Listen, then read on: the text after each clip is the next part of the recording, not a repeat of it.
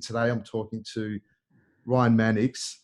And if you live in Melbourne, Australia, you would have heard of this name rolling around. Ryan is one of those teachers who's got such a gentle nature. He's a yoga teacher, obviously, but he's also got this power to him, and he's one of those dudes that a lot of men relate to, but also women relate to as well. So he's got this really cool balance, and he's just such a beautiful human as well. So I want to get Ryan on because I just want to see what your journey's been, dude. Like, it's welcome to this, whatever show this is going to be.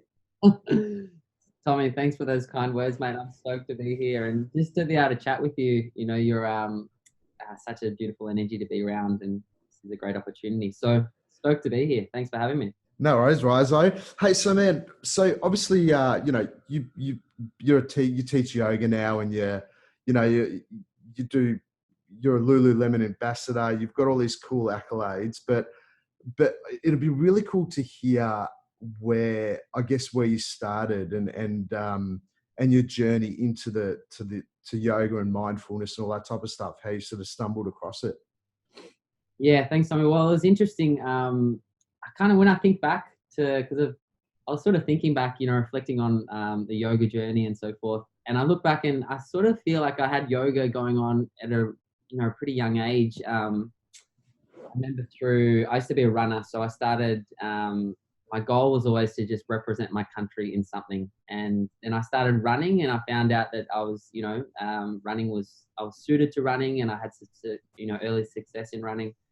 And what sort of success did you have?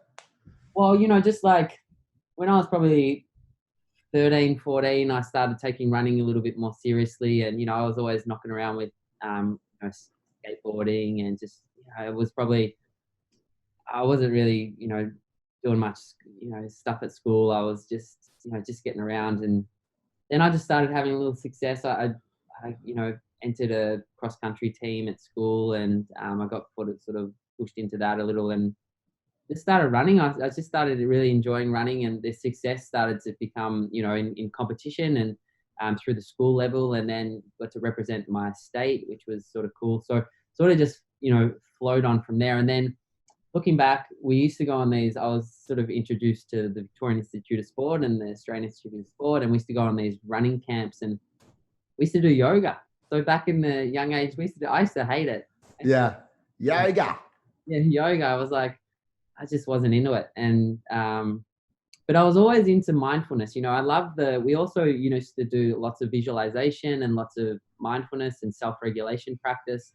So I was really into that. And, before races, I would sit and visualize how I wanted the race to go, and notice myself breathing and visualize myself running. So from an early age, I really started to, get stuck into mindfulness and meditation. And then I happened to, at uni, funny story, at uni, I went to Ballarat Uni because I knew that all the best runners were up in Ballarat. And I was at uni, and there was an elective yoga elective. I was doing PE teaching, and there was a yoga elective, and I was like, I'm just going to do yoga. So the elective was based on, it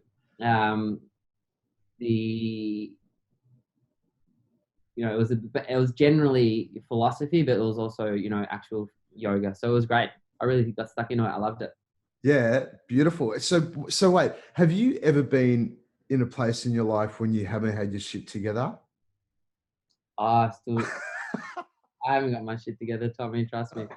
No, because there's always, most people that I speak to, when they get into a mindfulness practice or the practice of yoga, whether it's a physical aspect or meditation or whatever, there's always this transition point where they went, you know what, it's either a calling to it, or it's something that happens in their life when they fall in a heap, whether, break up from a girlfriend or lose everything financially, whatever it is. There seems to be like this overarching thing where something happens. Somehow you get to understand the real gift of mindfulness and yoga.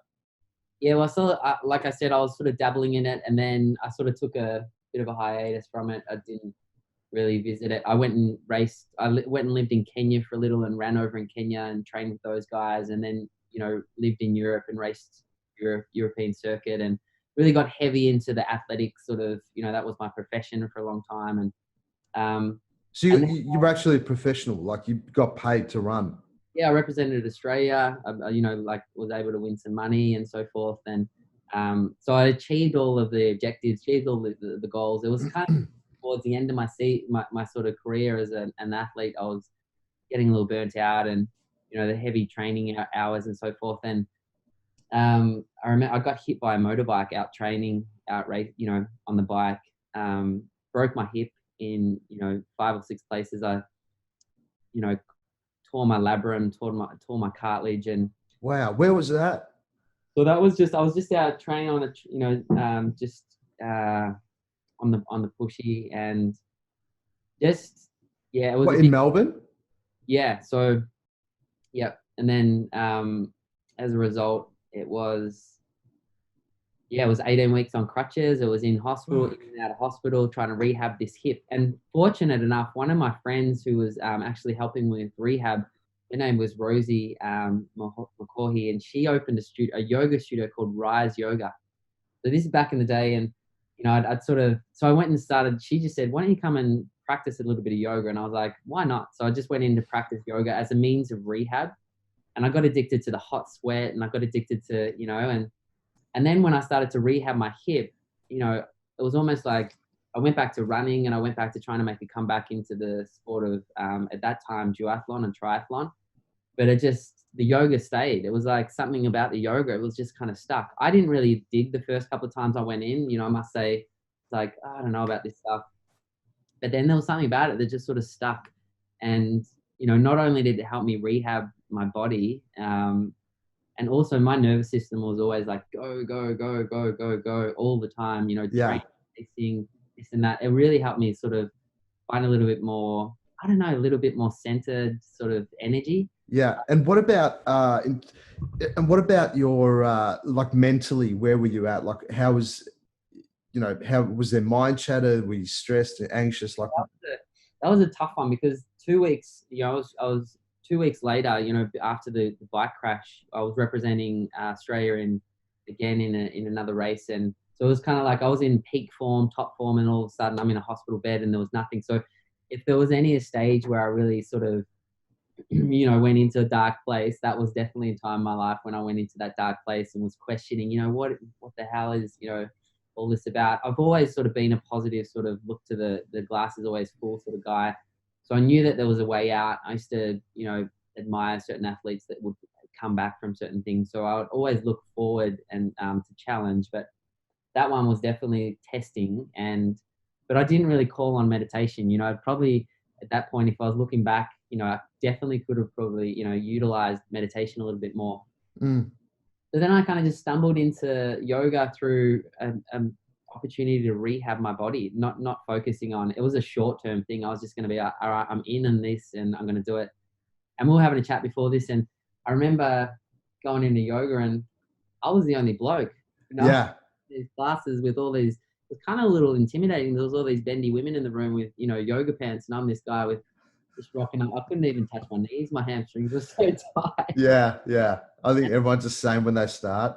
It was definitely, there was an intimidation because it was new, and I was always used to like performance and doing well at things. And I was just like, it was a bit of a struggle town for the first couple of months, I'd say, until I really started to fall into not so much the physical was cool, but I've always had physical. So it was, I don't know, there was just something about the yoga class that was like, I don't even know how I explain it now. If you want to talk about the energy of something, or, like if you want to go into that sort of, I don't know. It was just, Yeah, well, I mean, look, it's interesting because there's a lot of a lot of people have a running practice. Like especially dudes. There's a lot of dudes I know who have got really consistent running practice, and what I guess the feedback that I hear, and I'm sure you would as well, is that when you've got a running practice, your hammies get tight, the hips get tight, everything sort of gets tight. So you would have really experienced.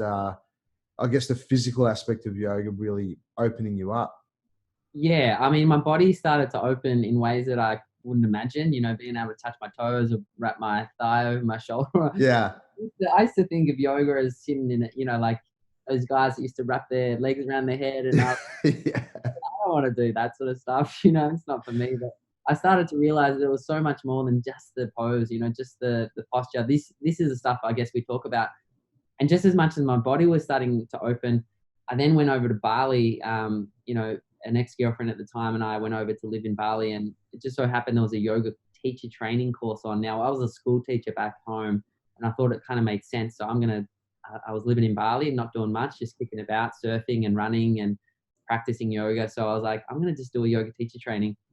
And as a result, you know, you meet all these guys, certain people in yoga that have all doing their, you know, different things. And I think my mind started to become a little bit more open to other people's ways. And especially in Bali, you know, there's so many crazy things going on over there, you know, so many different styles Yeah. of yoga and so many people like energetics of the practice. And you might call them hippies, you know, I'd say like, this is like a bit weird, but it just, my mind started, I was less judgmental and, you know, I was a little bit more open to what other people were doing. And that was the probably the biggest turning point for me. I noticed that, you know, in when I was an athlete, I was really competitive and I wanted to win at all costs. And I was always like pushing and striving and trying to beat people and trying to compete with people. And, you know, that sort of stuff can really cause judgment. And I was always, you know, sort of, and now I notice that the yoga, it's kind of flipped that on its head, you know, and now Yeah. me, I'm only in yoga right now it's an opportunity to collaborate with crew and to come together with community, and that's what I thrive off right now. So Yeah, love it, man, love it. So, in terms of your journey through the mindfulness and yoga and stuff, was there a moment for you where you just it's one of those aha moments, or you got smashed in the face with the power and the real gift behind mindfulness and yoga and stuff? So, what was there a defining moment when you went, "Fuck, this is not just about moving the body. There's more to this than that." yeah, I mean, I think that came a little later. Like I was always, then I started teaching, so I came back and I started to teach at Rise, and you know, Rise was such fertile soil for good yoga. You know, you had all these amazing teachers in one place, so you just started teaching good yoga. And I just started teaching you know, people would come into class and have these emotional releases and things like that. And, you know, for me, I never really experienced that. I was like, oh, what is, you know, didn't really dive into the energetics. It didn't really hit me that much. I remember being over in New York one time. I trained with these guys called Laughing Lotus. They were a crew out of New York. Yeah, Ed Langley and, you know, Dana and Trixie Flynn, you know, some pretty fun yoga, rhythm and style music, and kind of like that at that point. And I went over and on a holiday just to visit them in New York. And I was in the studio and uh, Dana had the whole dance hall. It's called the dance hall. The studio's a dance hall. It's got like 100 people. Anyway, I remember in this class and just kind of in the class, and she was just in the flow of things, and the music's going and people are moving and it's sweaty, and she wasn't even yelling out poses. She was just yelling out like all this, you know, whatever she was yelling out.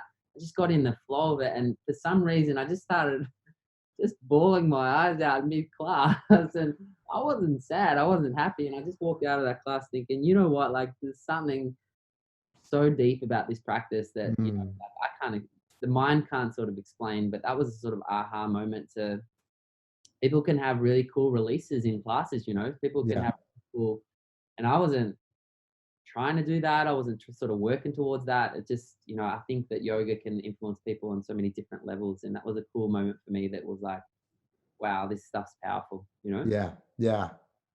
Do I ever? Everyone, everyone that's got a well, a daily or a long lasting practice in any form of mindfulness practice will everyone's got a story where it's just like, oh wow, that's what I'm involved in here. Now I get it. Totally something different, you know, like it's Mm, different to any exercise I've ever done. And, but now, you know, like I totally see that, um, you know, asana and exercise and things are definitely a nice pathway. That was my pathway into this practice, you know, the exercise element and the physical element. And as you know, it goes a little deeper, you know, you talk about like spirituality or mindful meditation, and that becomes, I guess, sort of like the ground in which I practice from now. And sort of the asana becomes more of the tools, that I use. So Yeah, yeah. So if there was, let's say there's a guy watching this now and he's just randomly stumbled onto to you and me chatting, yeah, and I guess he's got he's got a family, he's got a couple of kids at home, he's working, and there's something what, let's say he's a runner as well, loves to run, runs like 8-10 Ks a week or whatever, and he's just sort of looking at my ugly head and your beautiful head, and he's going, fuck, there's something in this, and there's probably a calling in him to try something like yoga or mindfulness. What would your, if you tune into someone like that, what would your guidance be for that dude? yeah, I think that we've all kind of got a calling. I would say, I was chatting to a dude this morning actually on the run. We had a little run crew this morning that we're running with, and he was chatting to the fact that when he had that sort of calling, he went and did a little bit of online yoga and just did some asana at home and things like that. For me, it was more getting into a studio and experiencing for myself. I think I don't know the if I had some advice, I'd sort of be like, just give it a go. It's like you never it's yoga. I always thought people would be looking at me and, it's like I'm going to be judged and things like that. But when you go into a yoga class, you don't even really know who's in the class. You kind of just such in your own practice that you forget Mm, about everyone else around you. And it's like, it doesn't matter if you can touch your toes. It doesn't matter if you can touch your knees. It doesn't really matter about anything like that. And as a teacher, you'd know, just as well as I do, that nothing's forced, everything's encouraged, and that's what I love. That's what I love. It's not competitive. It's the absolute opposite to that. So I think if it's calling out to you and it's sort of been tugging at your attention for a little while, it's a great opportunity. New studios are going to open, things are going to start to open up a little bit now, and people just want to sort of connect with things. And there's such beautiful communities around with yoga. I never thought I'd be hanging out with yoga crew, that's for sure. But and some of my best mates now are people in yoga, and we have cool chats, and we don't sit and do like ceremonies and so forth. But that could be cool too. But uh, yeah. it's just cool. It's just nice to have these healthy, honest discussions about stuff. You know, Mm, yeah. Yeah. I'd say just take action, give it a go. You got nothing to lose. And if Yeah. you're thinking maybe some online yoga to start, that could be like a cool entry point. There's so much of it around at the moment. Mm, mm. That's awesome, Rizo. Thanks, Tommy. Like, that's a pretty good one, isn't it? What's that? Your big Buddha head in the background. Looks Oh, you pretty. like the Buddha? I like it. I like it. And, all right, one more little question, Ryan, that I think you'd really nail in terms of the mental side of these practices like yoga and mindfulness. What, because I know with me, one of the biggest gifts that I've received from yoga, other than experiencing my own strength in my body through the physical practice, is also this idea of really just allowing the mind chatter to soften a little bit. And with you, what would you say the biggest advantage or benefit is in terms of the mindfulness practice within yoga, meditation, whatever, breathing, whatever it might be?